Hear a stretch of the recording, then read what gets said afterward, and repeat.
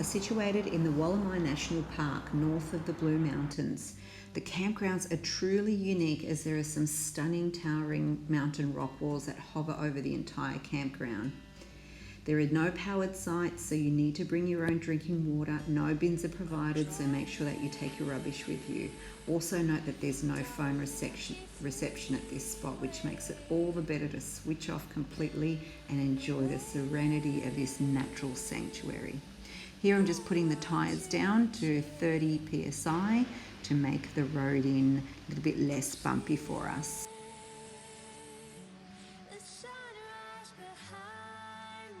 Okay, so I just wanted to show you this aspect that we've parked our van in. So this is probably a great little spot. We're facing north, so it's great when you've got solar up on the roof. We've got solar charging the car as well, so it's a great little sort of spot on this end. But I'd imagine in the winter you'd also want to sort of hang around this side of the campsite, because over there, as you can see, it's starting to get a bit shady now, so that would get quite shady quite early in the winter time. So yeah, I just wanted to also just share this beautiful, the rock faces and the rock walls are just stunning. They're just so pretty and you could just look at them for hours. So nothing beats this, just, you know, setting up camp in the most beautiful area. It's so peaceful. The bird life is phenomenal. So yeah, I highly recommend this place. It's beautiful. There's 2 drop toilets. So there's one right over there. So north facing, there's one over to the west of the campsite. So but other than that, if you've got your own facilities, that's great. Make sure that you clean up after yourself, because yeah, you do need to, it's a national park, so you do need to take your rubbish away. There's no rubbish bins here, so make sure you get one of those duffel bags, the King's ones, where you can take your rubbish with you. So yeah, no running water, so make sure you do take your water with you. We've got 2 80-litre tanks in our caravan, but for drinking water we just buy one of these ones. They're fantastic, and you know it's good filtered water. But other than that, just a beautiful spot, just really peaceful. And what would you give it out of 10, honey? Yeah, 10 out of 10 so far. I reckon, yeah, definitely coming back.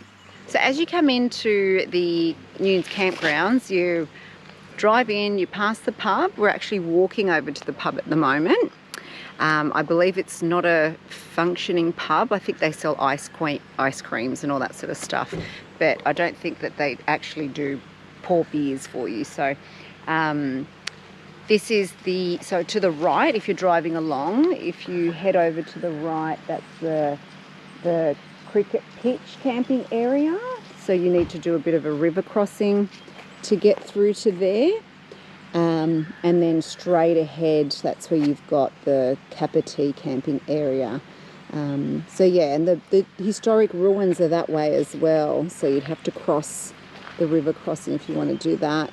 And about a K down the road. Okay, so it's about a K that way. But right now we're walking over to the old pub on this historic town.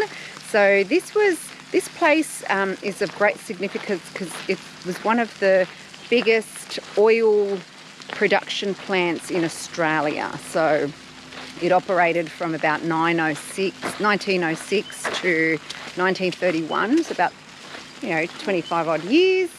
And it's really crazy to think that such a beautiful, peaceful area was this booming industry, booming production plant at one stage. So yeah, it's just so peaceful and beautiful. But anyway, we'll have a look through the pub and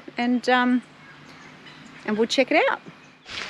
So what we can see here are the old train carriages that used to carry all the rocks, the shoal, yeah, the shoal that they used to get the oil from. So yeah, it's pretty amazing that they're still around.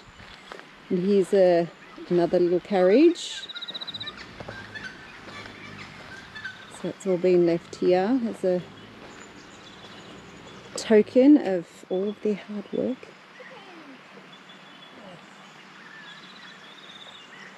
Pretty amazing place. So what we're looking at here, this is, I've just read on the plaque, it's the old butcher shop from 1911. So a lot of it's very unstable. So yeah, you're not allowed to sort of go in there or sort of walk around it. And then next door to it, there's some old machinery that they used to use at the production plant. And that's some glass over there. Yeah, there is some grass over there. Yeah. Glass. Some glass, yes. Okay, yeah. So Glass.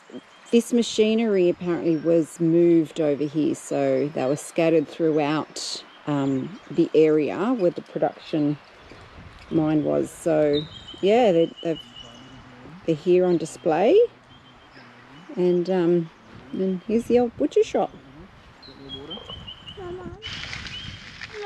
All right, so this is the Nunnes Hotel.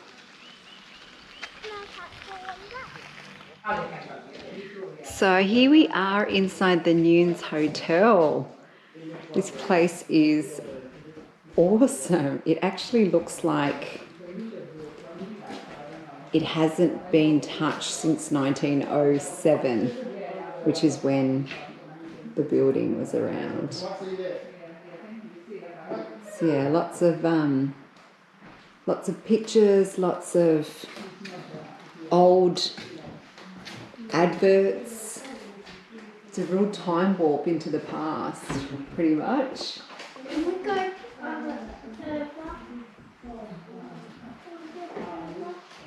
Sydney Swans AFL poster. Yeah, it's pretty amazing. So there you can see the old till from back in the day. An old clock over there. So this was covered by, shall I say? Yep. Where's the old telephone? And as you can see, here's the old telephones. It's still up on the wall. Pretty cool.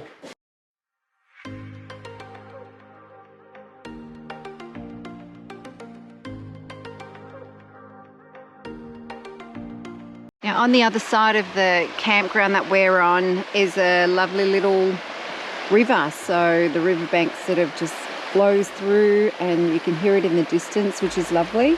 But as you can see here, it's pretty cool. It looks like they've dammed it off with some rocks all around the edge there. So I'm assuming people can come swimming here. Yeah, the water doesn't look too murky. I'm sure it would be fine if you had a swim here. But what a place to have a swim.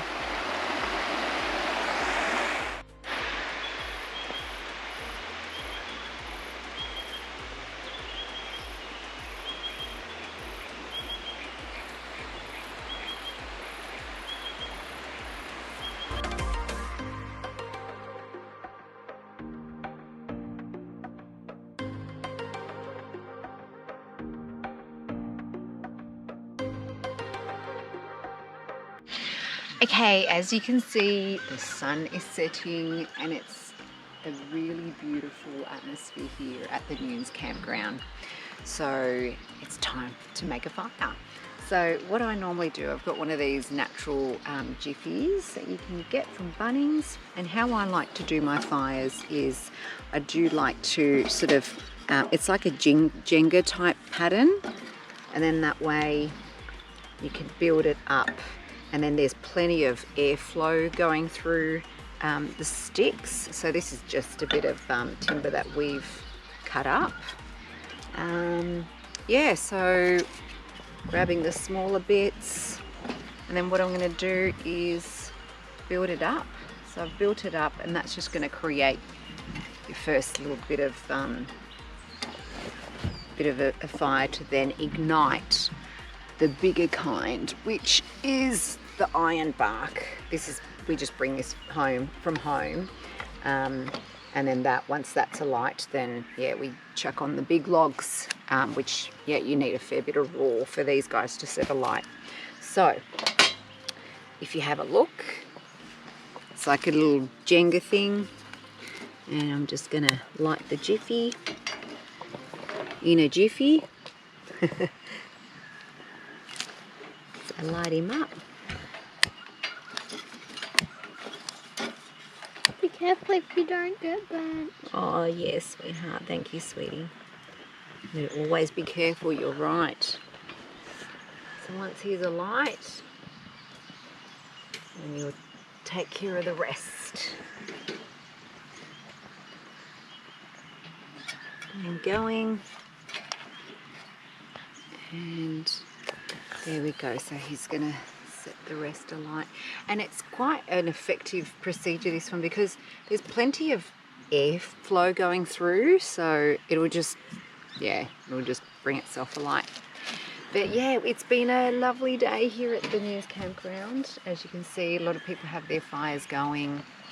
It's March, beginning of March, so we're not well into autumn, but we're in autumn at the moment. Try and stay away from the fire, sweetheart. Yeah, that's a good length. So yeah, it's becoming that time of year where you can do campfires and there's no fire bans or anything. Although we've had quite a wet summer, it's quite pleasant to be able to make a fire and sit down, have a drink and enjoy the afternoon and the scenery. It's just a beautiful camp spot. Okay, Bubby Boo is asleep, and walking out here, it is just the most amazing afternoon. Hi Sienna, sweet cheeks. And fire going. My wonderful hubby, relaxing, taking it all in. Pretty relaxing. Doesn't get better than this. Oh, absolutely doesn't. Now, you can't see the rock faces at the moment on that side, but look at that. The westerly sun was just booming on those rocks before. And it's just spectacular here. Got the fire going. And it looks like we're going to have a clear sky tonight. Yeah. So we're hoping to catch a glimpse of the stars. Hopefully get a time lapse for you guys to enjoy. Yes, darling. Can you put some more fire on there? Oh, you're a firebug. We'll put another log in soon. Not hearing the thunder that night though. No. But it's so isolated. It's just that. It's just over there. That little clump of cloud.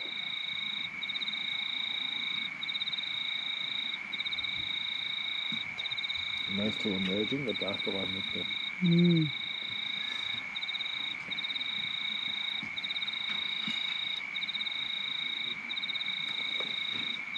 Why is there a lock symbol? Because it's focusing on that only.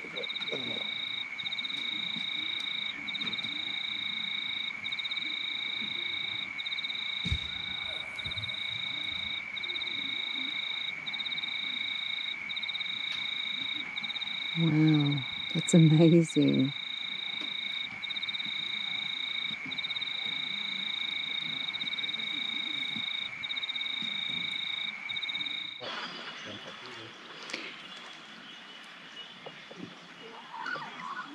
All those mountains are all covered by all the fog.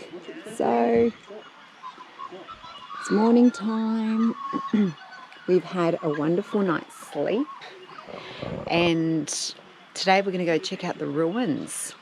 Yeah, so the temp's been not too bad here.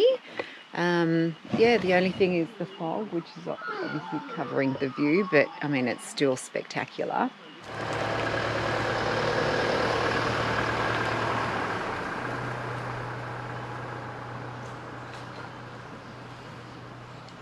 So now we're just going to go ahead and do the river crossing. So that's going to take us to where the ruins tracks are.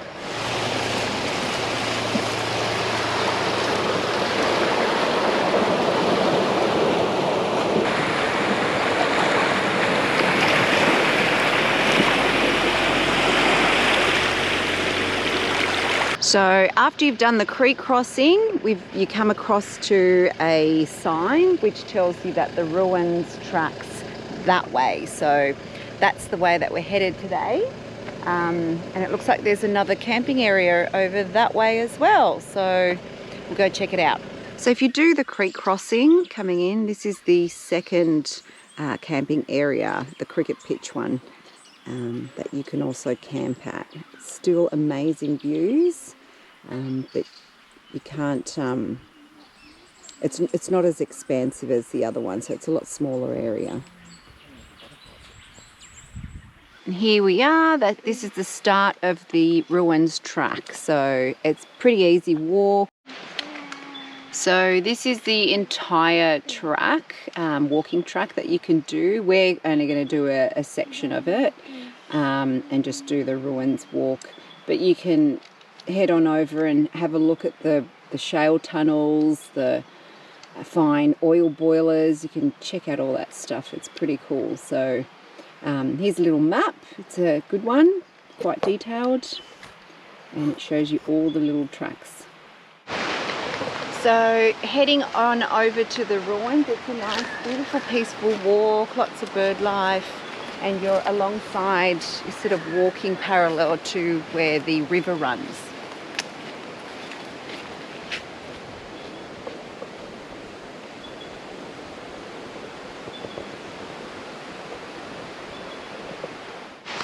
So along the track, we've just come across this old little piece of machinery, I'd imagine, from back in the shell mine plants, production plants. So, all right, so this is a railway service pit. So what would have happened here is a train would have gone over here, and the men would go down in there to work on the trains.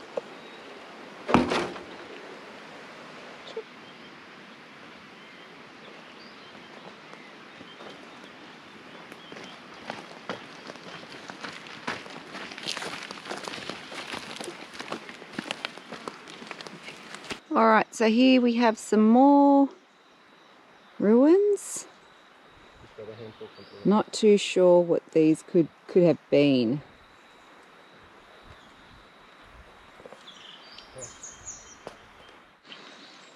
From a different angle.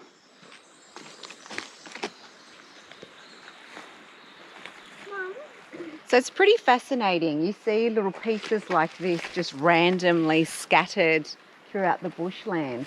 So I'm not too sure what kind of machinery that would have been a part of. But you also see bits of like just old cables, 100-year-old cables that are just sort of left out in the bush. It's really, really interesting and pretty amazing to think that all of this stuff, this was like I said before, it was a booming, production plant, and it's just been left since 1931. So it is quite astounding. You can see in the distance there, I'm not too sure, there's like a retaining wall that they would have built. I can see ruins. Yeah. That hill. So all up the top, there's structures that they had built behind these trees, and you can sort of see them. They're all kind of scattered in the bush. Not too sure what they would have been. I'm not too sure about what this would have been. Yeah, that's what is that? Yeah, not too sure. All right, we'll keep walking.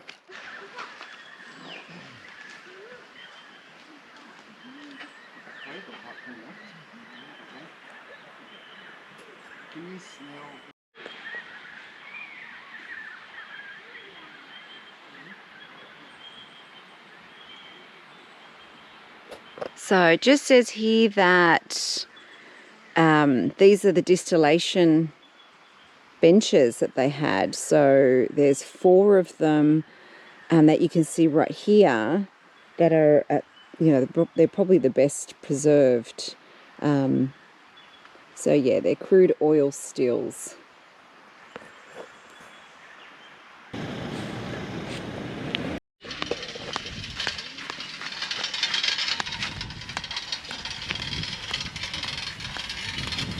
I didn't know that you had the GoPro. Okay.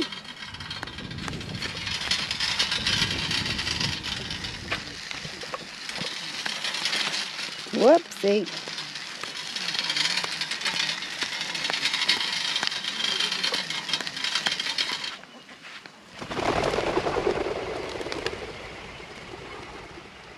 Okay, so I just want to show you guys a really brilliant thing that I like to use to make our roast veggies when we're away camping. So it's called an Omnia oven, and they are absolutely brilliant. So they come in like a few pieces. So you've got the bottom piece, you've got the middle piece here. So the reason why they've got this section separated and you've got this section lifted is because you want the fire to be on this, obviously, from the gas, and then you want the heat to circulate underneath the tray. So it's a brilliant design. And then you've got the lid. So what happens is you get these inserts, and you get some paper lining as well, which is great, grease paper. For baking as well, which is what I've put in here. So I've basically put one of these silicone bits onto inside, as you can see. So that's a beigey coloured one, and then I've put the veggies on there, and that's how we bake them. So it's pretty simple. What I've done, I've just chopped up some pumpkin and potato, and I've just mixed it around in some sunflower oil and some salt, pepper, and a little bit of cinnamon. Cinnamon is really delicious, I reckon, with your pumpkin and your potatoes.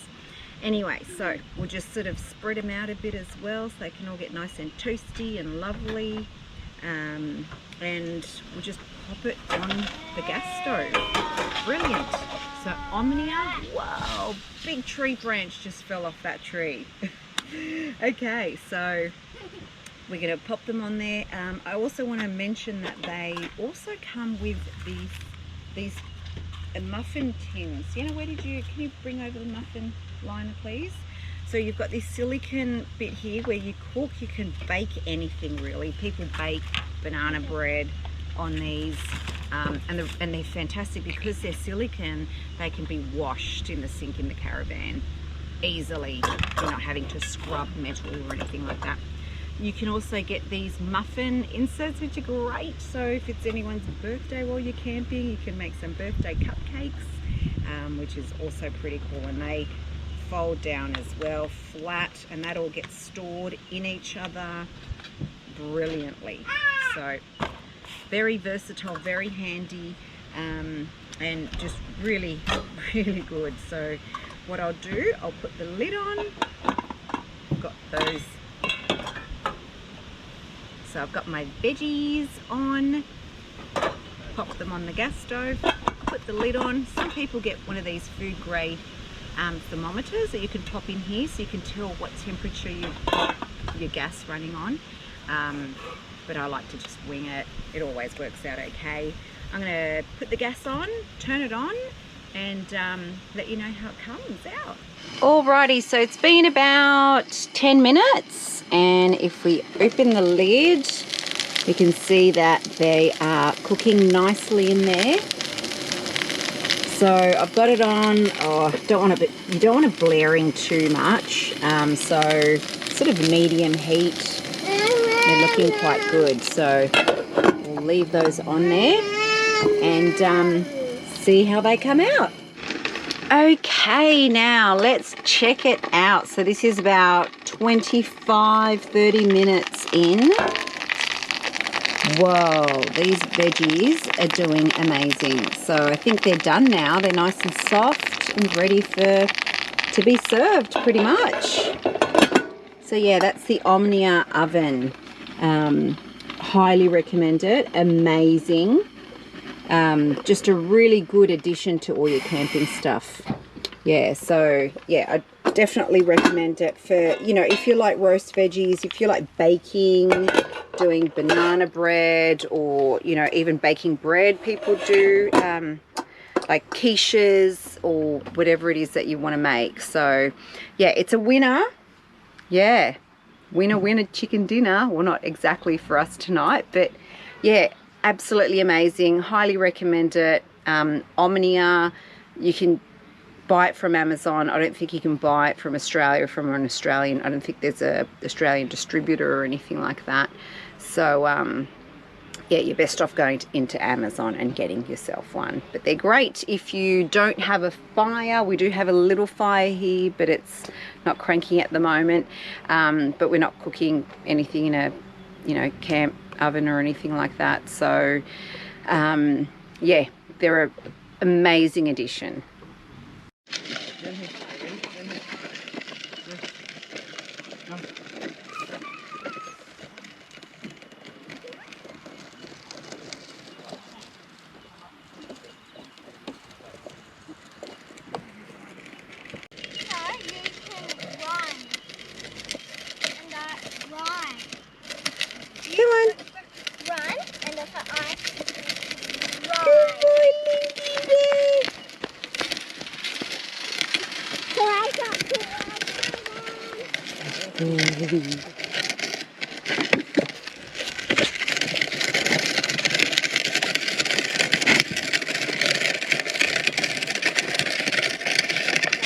Okay, so it's dusk now. We've had our dinner and it's been an amazing camping trip. Honestly, I will not forget Newnes, and I think we're going to probably come here quite often. I think autumn, springs, it's a good time to come. I think if it's too hot, I don't know, there's no reprieve, obviously, if you're in a tent or a camper trailer. And there's no power facilities here, so we're running on solar entirely, so you can't really run the aircon in the van or anything like that. But it is just the most serene spot. Can you hear the kookaburras in the background? Just amazing. And yeah, we're definitely coming back here. Make sure you take all your rubbish away, and you got to take your own wood fire, water, everything. So make sure you're completely self-sufficient when you come here. But it is just the most beautiful spot to just hang with your family and just enjoy nature. And honestly, you wake up with the magpies and the chirping birds, and it's just the most beautifulest atmosphere that you can be in, really, to recharge your batteries. So for a weekend or a week, if you've got solar, you could probably last for more amount of times. And here's little Sienny coming back for a little bike ride with Daddy. But yeah, so it's time for bed now, isn't it, darling? Oh, soon it will be. So yeah, Newnes has been amazing. This has been a spot that we've been wanting to check out for a long time. So we'll be doing, yeah, for 105 years. We'll be doing Glen Davis next. So we'll be bringing out a video on that one as well. So here we are, all packed up and ready to go back home. So what an amazing camping trip this was. One of the most beautiful campsites around, in my opinion. Absolutely stunning during sunsets and in the mornings. And the rocks really do change colour, just like Uluru. It's fantastic. Lots of space in the camp area. Absolutely perfect to get away with family and friends. So if you like this video, hit the thumbs up and make sure to subscribe, as we've got more adventures coming to you. Thanks for watching. Bye.